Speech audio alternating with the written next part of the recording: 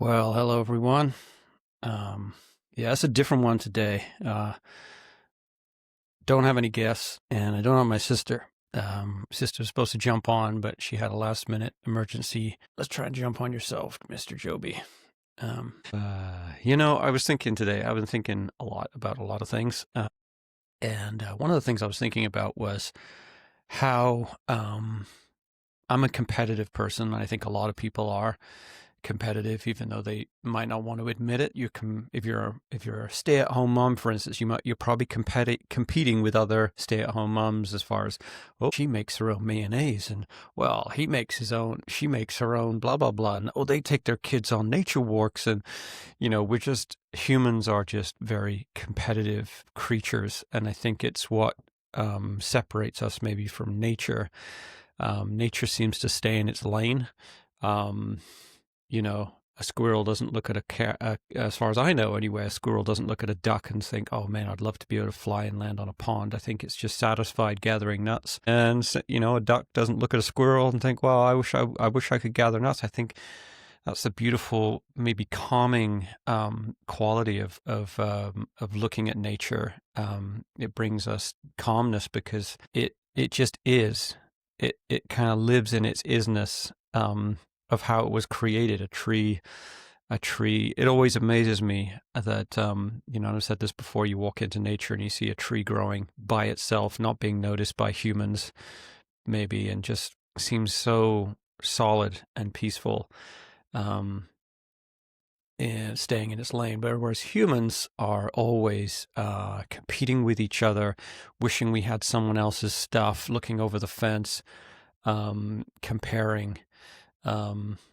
My daughter said to me even last night when I was tucking her in, she goes, oh, some friend at school called me a skinny bitch.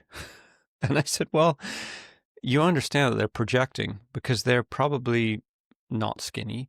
And she's a beautiful girl, my daughter, and they're jealous. And so their only way of communicating that to you is by cutting you down for your qualities. So, it starts young, right? You go to a nursery and a kid got a piece of Lego and the other kid wants it and there's a fight. And I was thinking about my competitiveness and I was listening to this podcaster yesterday I've not listened to before, and he got to a commercial. I'm just going to be really honest. He got to his commercial and he said, I think they were talking about like some kind of keto diet. And he said, I got on this keto thing and it gave me way more energy. And so I called the company up and so I've invested millions of my own dollars into this company. And I'm just like, I listened to that and I'm like, fuck. I was really enjoying your podcast until you said that. Because if I'm honest, I was just like, shit, this guy has like left the stratosphere now. I felt like he was on, like, obviously way more successful than I am, but in that vein. But I felt really demoralized because he's got millions of dollars. Now, I don't know much about this guy. Maybe he's got a side hustle before he got into podcasting, but my initial knee-jerk feeling was to not listen to him anymore. And I didn't like that part of me. I don't like that, that in me. We want to, what is that song, that chaos song, crab in the bucket? We want to pull people down to our level. We have a hard time with people succeeding. We have a hard time encouraging people, saying, yeah, you go, you won that, and I didn't, and good for you. I see it in my son when we're in mountain biking a lot, and in the summer there's races and you get the same usual suspects show up and the same guys seem to do better than him. And, it really demoralizes him. And I was kind of coaching him, and, I was like saying, try encouraging when he wins, try and get celebrating with him and see how that makes you feel. Maybe it's that all ships in the harbor rise type of philosophy, but yeah, so I saw that in myself, and then I was thinking, what? And then I was watching some movie in the evening, and I was like, back in the day, and it's easy to say back in the day it was better. It was just different back in the day. We found different things to worry about. But, back in the, John Wayne, Marilyn Monroe, all these type of big time actors, it seems to me like in the world of entertainment, there was a hard line between the successful and those who hadn't succeeded yet. And it was almost like those superstars were just untouchable gods. And I'm just guessing because I didn't live back then, but it seems like as time has moved on, it's become more and more accessible. And maybe it's the introduction of YouTube and the internet, which has kind of created a free market. It seems more and more everyday folks, if they really put the time in, can go viral, can have a very, very successful and lucrative career. And I think that's amazing, right? That is amazing. But I think also I would be lying if I said to myself, that doesn't affect me in some way. It makes me feel like, oh, what's the point? There's a little bit of that comes up in me, and I don't like it. But if it's too attainable, like I don't look at Olympians, an Olympic runner or Olympic cyclist or Olympic whatever, and feel shitty, because I'm just like, they're so far above what I can ever attain at my age, that I can watch it and just enjoy the art. But it's almost like that gap has been bridged. This in-between slot has been bridged now with the introduction of the internet, and it's just kind of narrowed the playing field to make it easier to make that leap. There's these rocks now that are in the void, and so now it's like, ooh, but it's just right there. You can smell it. It's close. It's like if you put the work in, if you do a video that goes viral, if you talk to the right person. I'm talking about, podcasting or whatever. And this is fledgling. I mean, we're baby, barely walking. So I'm not pretending that we're even remotely close to anything of any notoriety, but it does make me feel, these feelings come up in me, and I'm just like, well, I'm just going to talk about my weak side, because there's a weakness there. And, there is that truth that, all ships in the harbor rise, like, encourage those, those who are doing better than you, and it will rub off on you or something like that. I don't know what the economy is, how that economy works, but it doesn't work very well if you're jealous and bitter and frustrated. And so, yeah, I wonder if other people feel that way. If other people feel, I mean, if you're, women have a really hard time at the moment, young women, comparing themselves to those on the internet who are doing bigger and better things and look beautiful and have all these filters, and these influencers, that they weren't a thing back in the 50s and the 60s, even the 70s or even the 80s. They weren't a thing. Now, so the Vogue magazine was almost like untouchable.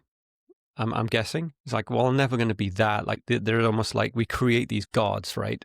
And it's interesting how, that's another subject I want to kind of dip into.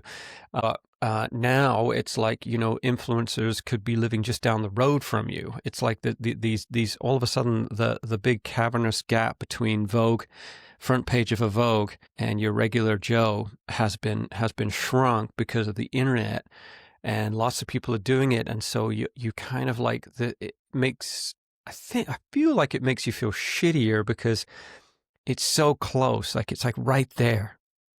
But it isn't right there, because now there's not only a 1,000 fish in the sea, there's 10,000 fish in the sea, jockeying for that position.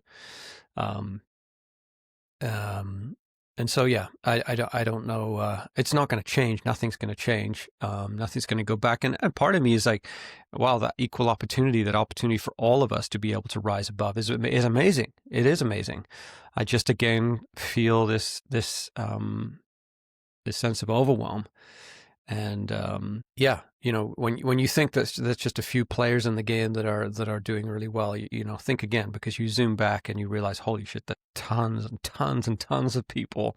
And then you kind of feel like throwing your arms up and thinking, well, the space is already taken. There's no more, which probably isn't true. My mom's an artist. I used to be a singer, and I created, I think, pretty good music. If you go on Spotify or iTunes and look at Whitfield, Whitfield, you'll hear our music. And most likely, if you're into heavy metal or punk or sorry, itchy ear, you'll probably appreciate that those are well-written songs, because I think they are. I know they are. And you might not be your flavor of song, but it is good music. But it just got evaporated in the ether and in the sea of great music. My mom's an incredible painter. My sister Abigail's an amazing artist. That's hers behind me there. My mom's scraping a living, modest, maybe pocket money. She's making pocket money from her art. Abigail is making absolutely zero from her art, and my house is full of her art, and it's incredible.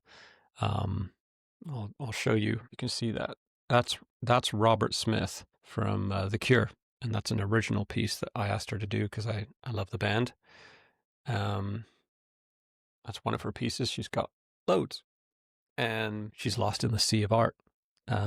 So it can be a bit soul destroying, and it also makes you search. It makes you look for your motive. Why am I doing this? I personally have never been very good at just kind of doing things half, like just for the pleasure of it. I'm actually learning to do that. I'm trying to learn because I literally have to try to learn to do things just for the pleasure.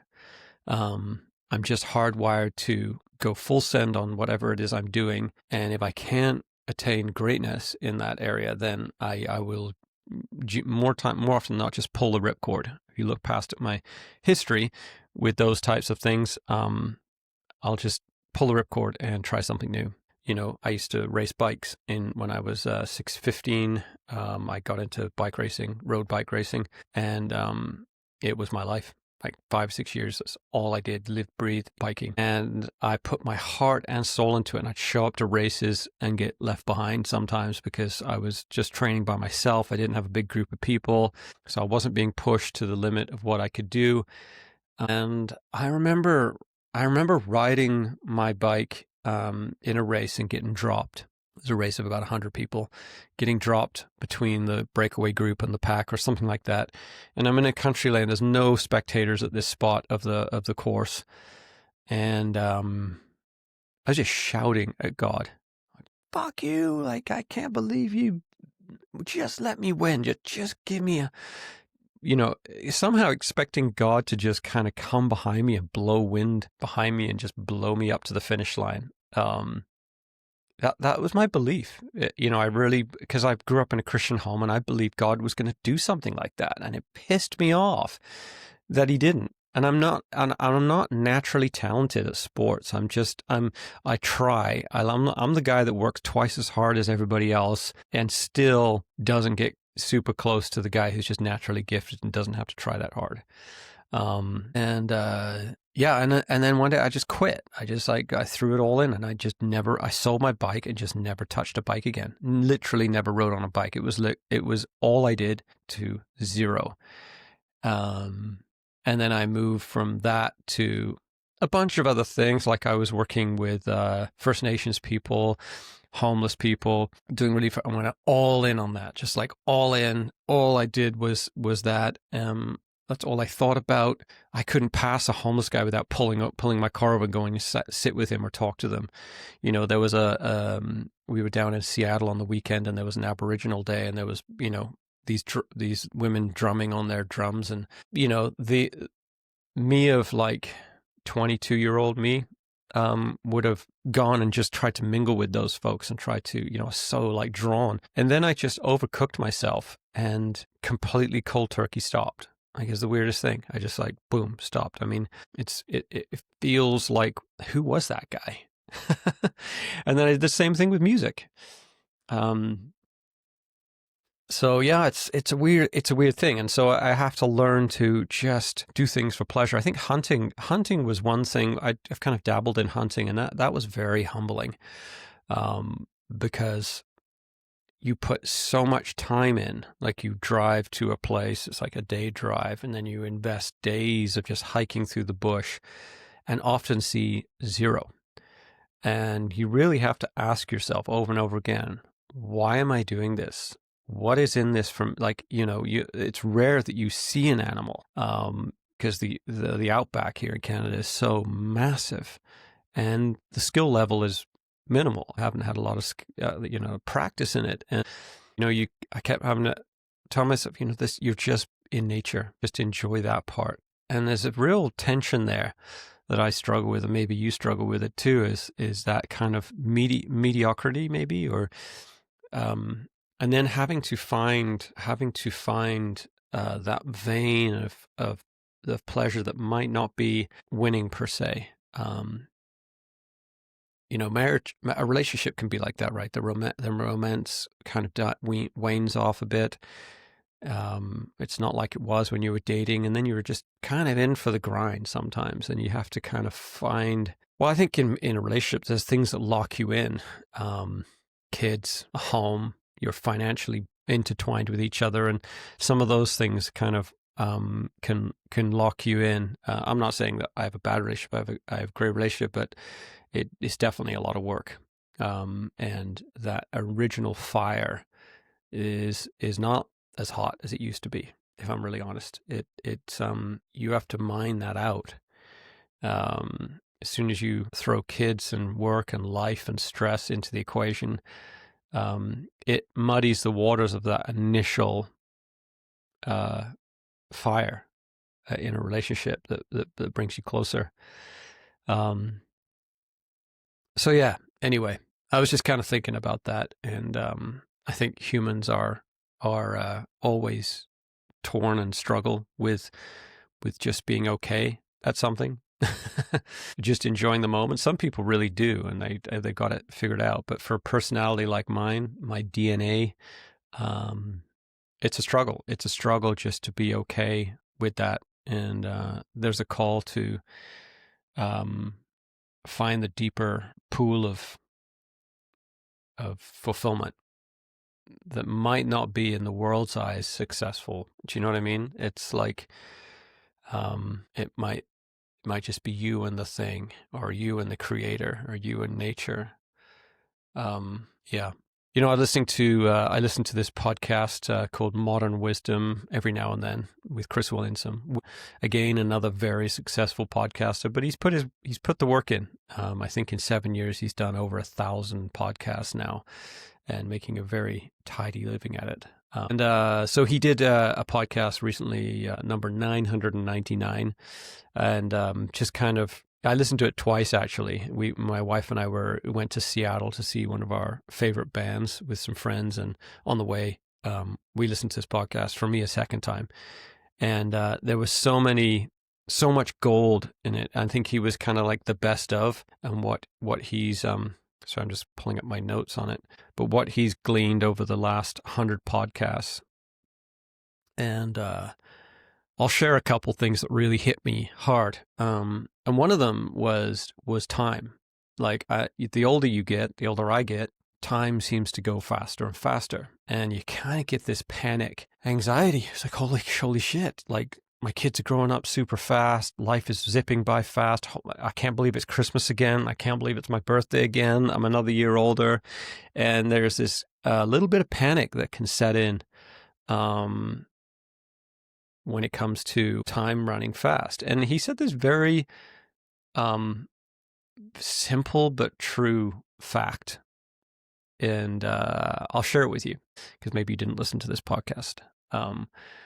So the human brain, as far as I can understand it, the human brain is created to record new things, because it's like I don't know if it's like a safety mechanism, but it's like a survival mechanism probably. So when you do something new, your brain hits record automatically and starts to record that new thing that you're doing because it doesn't know if it's going to need that information again.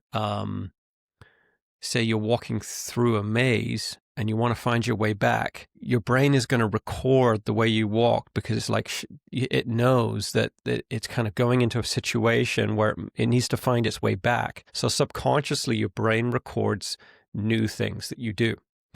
But it stops recording when you start to do repetitive things. And how many of us in our day-to-day life do repetitive things? Like my sister has often said, all I really do in my life is drive and walk from room to room. But what goes on up here is always crazy and new. And I was looking, and Chris was saying that, when you go on vacation, they say time flies when you're having fun. The vacation might move really fast, but when you recall a memory, so you're sitting down around the table at New Year's and you want to kind of recall the year, what are the things you remember? You're to remember things like your vacation, because on vacation you do most everything is new.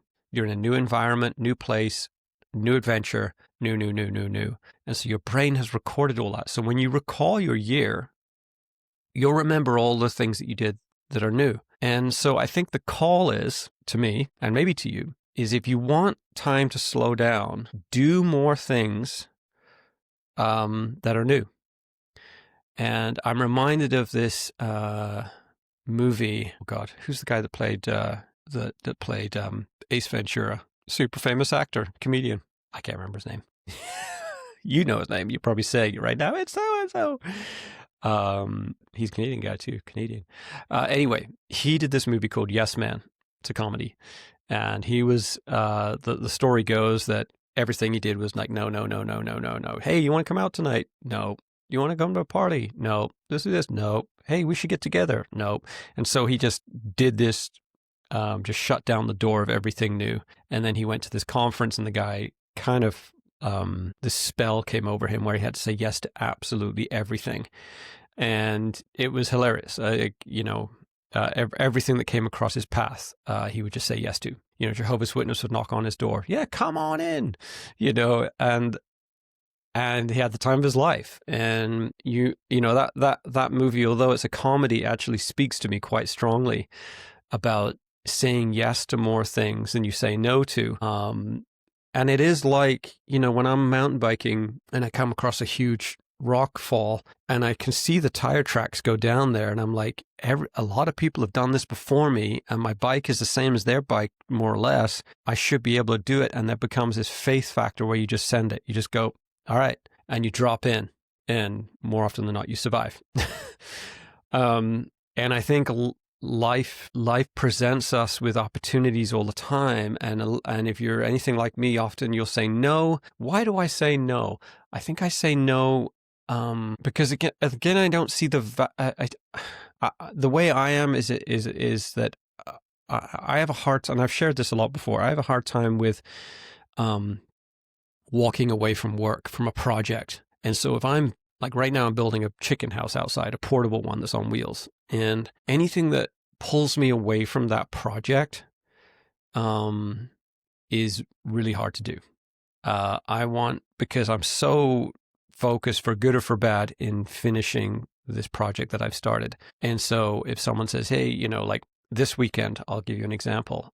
My friend, not a super close friend, a guy I used to work with, is turning 50 in Vancouver. So this means that, and one of our cars is broken down. So this means I have to take a bus from my house to the ferry, hour and a half, to take an hour and a half ferry ride to Vancouver, to get a friend to pick me up, to go to the party, to go to his house, to sleep. The next day he has to drive me to the ferry, and I have to do all that again backwards to get back home. So it's going to kill a day and a half, 2 days.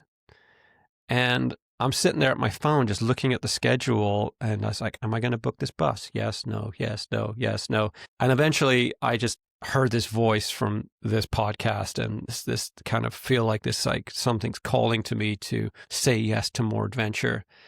I just did it. I just booked the ticket and I'm going, but I'm still on the fence about whether that's a good idea or not. And I know that retrospectively, looking back, if I stayed home and just kept on chipping away at this project that has become same. When I recall my year, I'm not going to remember that, but I will probably remember going to Vancouver and going to this birthday party because it's out of the ordinary. Building this chicken home, which is taking a couple of weeks, has become kind of like a bit of a mental grind. So my brain isn't really registering it or remembering it. And so I think, I've had a very adventurous life and I have said yes to a lot, but I think the older I get and the more responsibilities or whatever, I just find myself saying no more than I say yes to things that are community based. Friend wants to go for breakfast, go for coffee, and it is low on my list of wants to do. I have to physically write it down, book the date, and then I go, and then I never regret it. I always have a good time because, I was listening to Gary Brecka and he said, there's only like 3 or 4 things you have to do in your life if you want to have longevity. And, like eat pure food, do this, do that. That one of them is community, right? And we all know that the blue zones in the world where people live to over 100, more than any other place, one of the biggest things that separates them from us is that they have community. And so I know that this community thing is really good for me, but I have a really hard time choosing it over a project. And that's just me being honest. I mean, we had some friends come and get some eggs yesterday that live just down the road, and they say, hey, we should get together sometime. Maybe Sunday, maybe Friday, maybe that. And I'm honest, like inside me was tightening up. I didn't want to nail it down. Like I didn't want to like set something down in stone and say, yeah, let's do this Sunday. Because I'm like, what if that eats into other time, other stuff? And it's really upside down. It really, like, it's not what I'm choosing is not the more valuable thing. The more valuable thing is community, spending time, doing adventurous things. And so, so if you want time to slow down, and I think we all do, especially at my age, our age, whoever's listening, then put more adventure in your life, make more memories. More memories equals time slowing down. Now, a minute is a minute is a minute, an hour is an hour is an hour, is a second, a second, a second. A second doesn't change, but I think it's the recall. It's that recalling, right? So because what do we all do? We sit around and we say, oh man, that week just flew by. I don't even remember what I did all week. I don't even remember. It just flew by. And that's a horrible way to live when you realize that we're only going to be on this planet for a finite amount of time. And, often when I lie in bed, just before I go to sleep, I'm like, well, that's a day just gone that I'll never get back. It's a one and only. That day was a one and only. And what did I spend that day doing? Did I just spend that day worrying? Did I spend that day doing positive, And so there's this constant call that I feel to myself to make the day count. And to make the day count, you need to do things like, when Gabe says, hey, Dad, let's go fishing. And I'm halfway through a project, that is the better thing to do, not only because it's an investment between me and my son, Gabe, but it's creating more memories. And so when you look back, you don't just say, wow, that year just flew by. I had the first year we moved here, I think I was 50 or 51. I was 50. And at my birthday, we sat down and my kids were like, what do you want to say? Like, how was your year? And I said to them these words, I said, that was the best year of my life. And I've done a lot more adventurous things in my life. But that year, the reason I said it was the best year of my life was because we moved to a new location here on the island. And that whole year was new experiences, new friends. Every time I drove down the road, it was like I hadn't turned around this corner before, haven't gone this way before. The environment was new, the experience was new, everything was new and an adventure, and the year preceding that, after that, didn't feel the same on my birthday. It was like, whoa, I kind of flew by.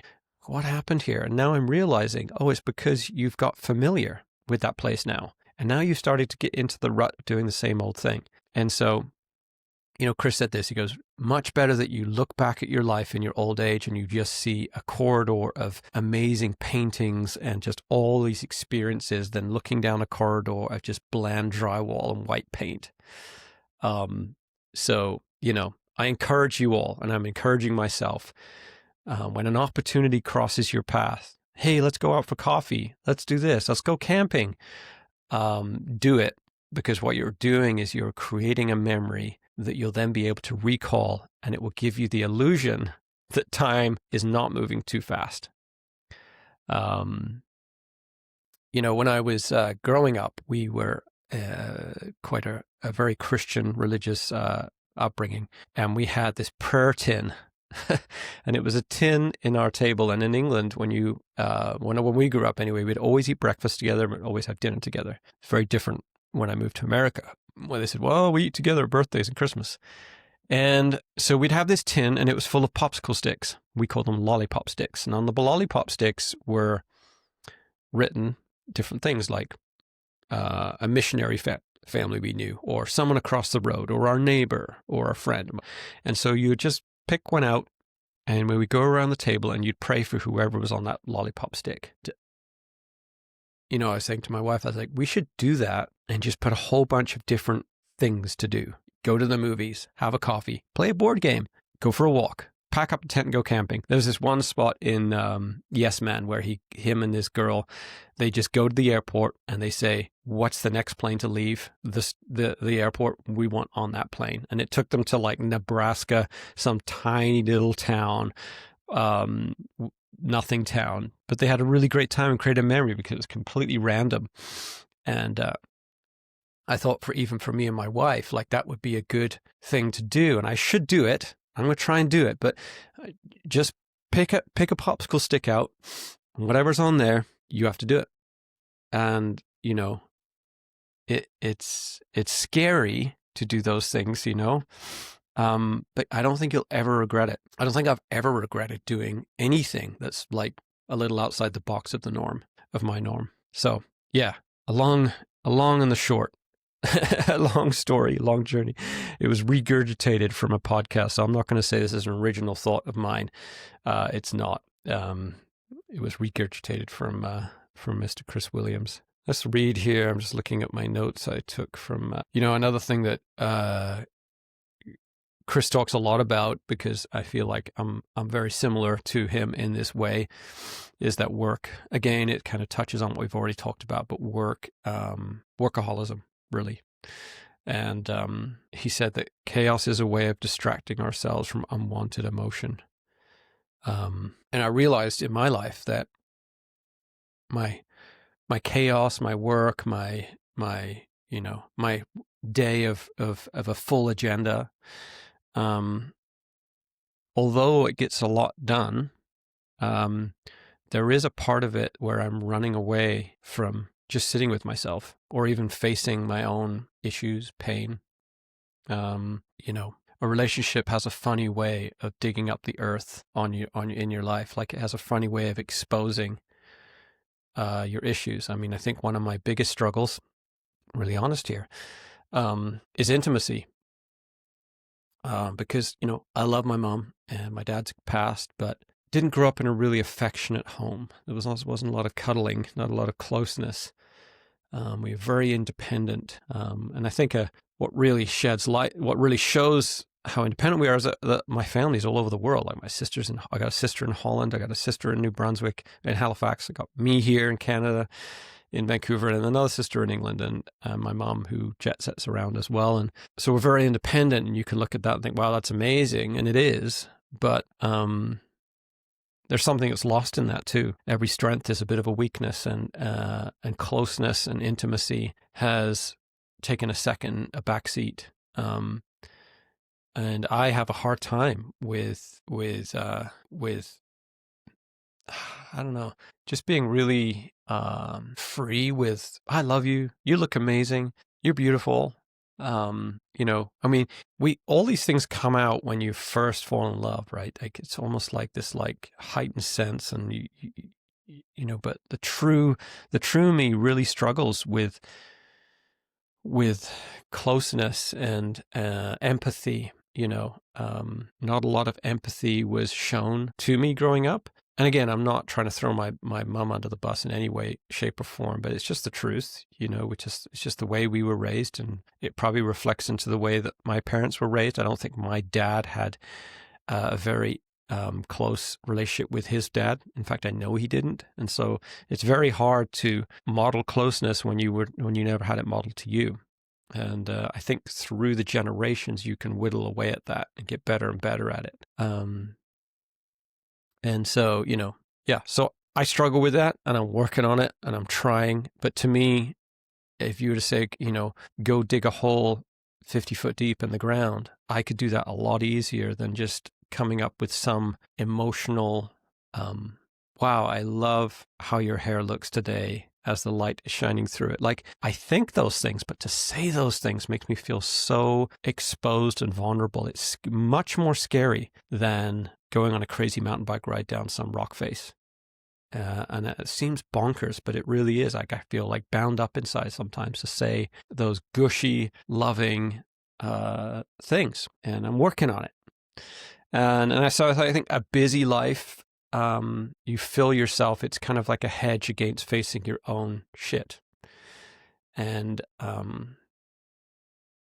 so I'm really feeling, and I have been feeling for a long time, I'm really trying to harness that crazy work frenzy, and bring it to a place, keep it under control. It's like a rabid dog. It needs a collar, it needs a mouth guard, and it needs to be brought back and choked and just say, yeah, you're a good dog, you're a good guard dog, but hey, you don't go bite people's heels. It's like it's too much. It's dominating too much of my life, and has done in the past.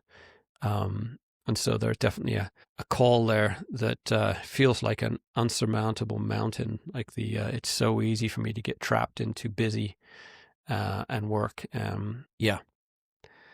What does it say? A busy calendar is a hedge against existential loneliness. Interesting. That's an interesting one to ponder. So the last thing that I've been thinking about, and this is totally different. I mean, this is totally different than what we've just talked about, but I was listening to a podcast last night, this new guy. That was the guy that said, oh, I've invested millions of dollars. And I'm like, fuck you. But he was talking to this guy who is like, his profession, he's a professor, and his profession is implementing AI safety. So, guardrails on artificial intelligence.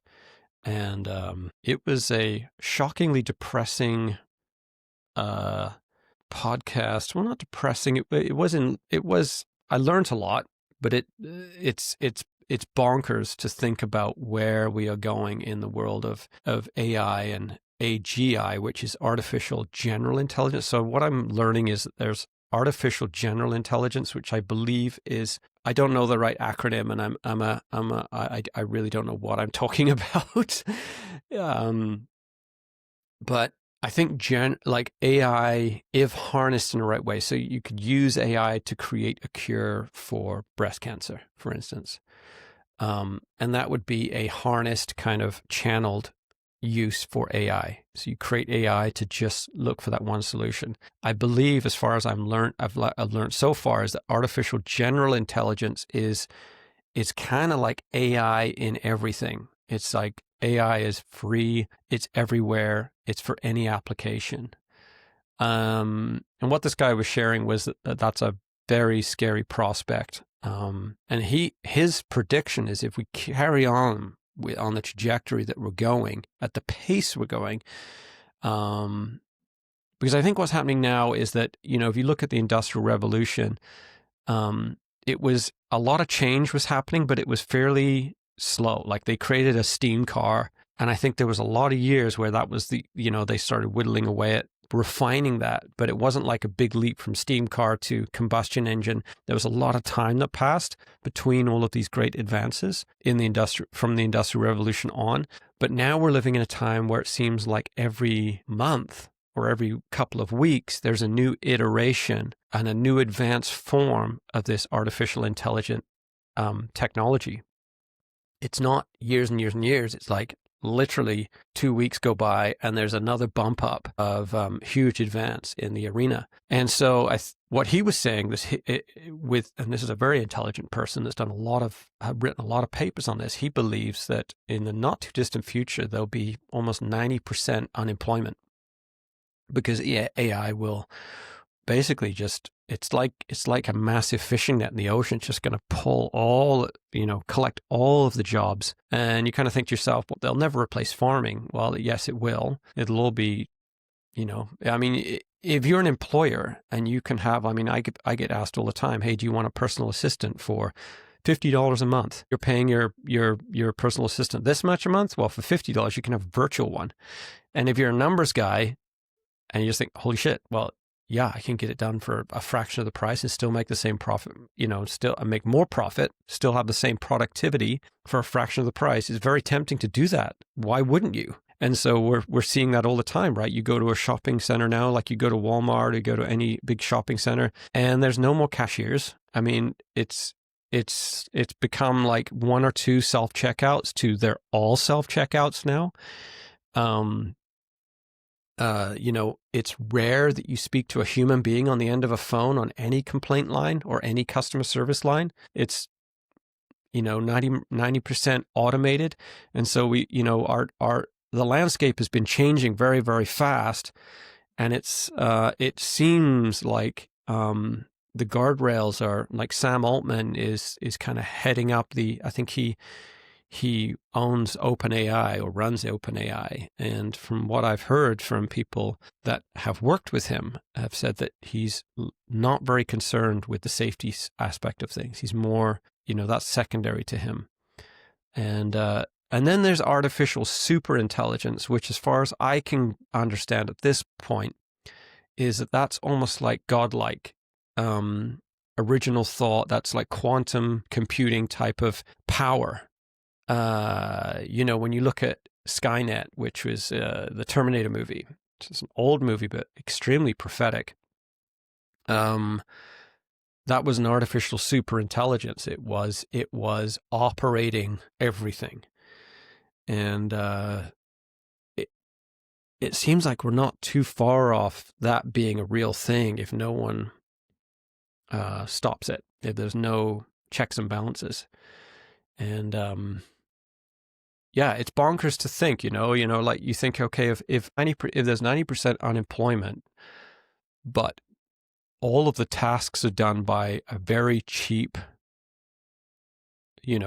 AI, and if you own a business, then you're going to have more profit. So this guy was arguing, was like, what are you going to do with your time? And I thought to myself, holy shit, I can find lots of things to do for my time. But then I thought, well, on my farm, I've got lots I can do on my farm, but if there's no need for tomatoes, if there's no need for such and such, then the reason gets pulled out of the equation. And without a reason, then what's the point in doing it? And so his argument was like, humans are going to have a real hard time finding purpose because a lot of people spend, most of their day is at work doing a job.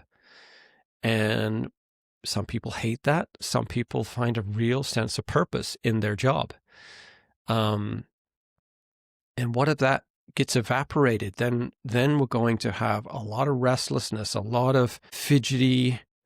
There's some people that would just grab a paintbrush and start painting. But I've said this many times when I've talked to artists, and even on this podcast I've talked, and I've said, I believe 50% of art is doing it. The other 50% is people enjoying what you just did. Like if I was to write a song and just kept it on my hard drive and never released it, there's very little fulfillment in that for me. And I think most artists, if they really look deep, that is probably true for them. That the payoff, 50% of the payoff, you create it, but then launching it to the public and then getting someone say, wow, that really moved me, then that art is complete. So if AI starts creating all the art and nobody really needs your art, then what's the point in doing the art? I mean, it's already known now that AI can create incredible poems. If you, I think they did like that show The Voice, where you turn your back to the artist and you don't see them, but you hear them, and then you can spin your chair around if you want them to be on your team or whatever. I think they presented like, say 10 songs, and one of them was created by a real human, and the other ones were all AI generated, or maybe it was maybe it was a split 50-50. I think it was almost like 98% of people picked the AI version without even knowing if it was a real person or not, because it was just a better song. So if AI can make art and make really good art, then if you think that when you lose your job, you'll just pour yourself into creating art, for instance, would you? Like, would you do that if there was just an unlimited amount of art available on the internet that's better than yours? I mean, it comes back to that same feeling at the very start of this podcast where I was talking about me wanting to just quit doing this because there's all these people that are way more successful than me. And you think, what's the point? It's all been done. And that feeling, even really honest, just makes me want to pull the plug and say, fuck it. There's no way I'm going to rise above. And so it really makes you soul search as to why you're doing a certain thing. And my sister actually brings me into alignment often with this specific thing. She goes, we're just doing it for us. Remember why we started this?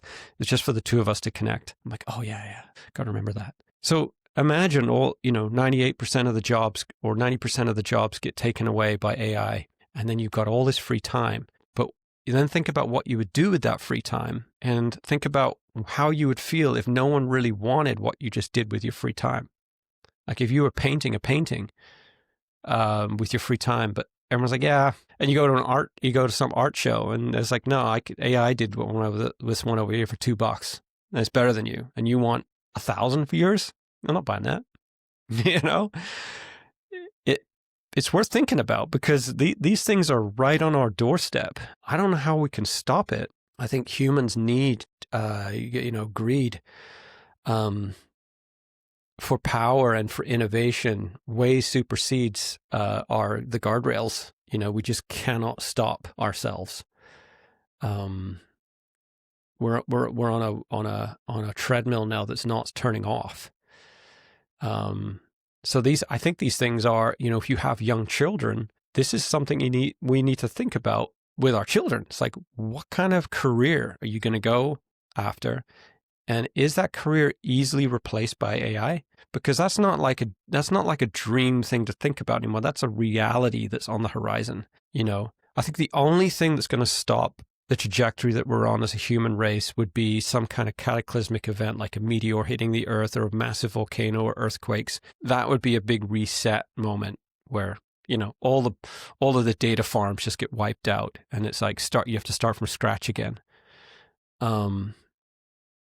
But barring that happen, if that doesn't happen, we're on a one-way trajectory, it seems, to this, and it's motoring. Everyone that I listen to that's in the game is like, it's moving fast, like uber fast, because now the AI is, what did he say? This guy said one thing, that it's using humans as a pawn in its creative process. So it's controlling us. We're feeding it information. It's not the other way around. It's like it's using us to make itself grow. We're watering the AI by all the information we give it on the internet and all these types of things. And it's a scary thought, but it's a reality. And the more I think about it, the more I'm like, well, for one, I'm in the age bracket now that's probably going to be close to dead before it really, really springboards off. But our children are in, this is going to be a new world coming. And I think it's an important conversation that we need to be having with our kids, as far as like, what does this landscape look like, and how can you best survive it? I still don't know how AI is going to fix a plumbing leak in a toilet, but it might. You just don't know. It's going to replace farming. It's going to replace so many jobs. And then we're left with, what do we do with our time? And then with what you do with that time. Is anyone going to actually appreciate what you do with that time? There are things out there for sure. There is a play. There is a way to get around this. There is a way to survive it. But I think it's not as simple as what we might think it is. And then I was lying in bed last night, and towards the end of this conversation that I was listening to, so I'm regurgitating other people's wisdom here, but I heard a very compelling argument. Sorry, I got to check the time here. A very compelling argument. One sec. That's right. A very compelling argument over the theory that we could be in a simulation. And this guy, who's a very smart guy, he's like, I'm 98% sure we're in a simulation. And I'm like, whoa. And I've heard Elon Musk say that he's in the high 90s% believes that this is a simulation.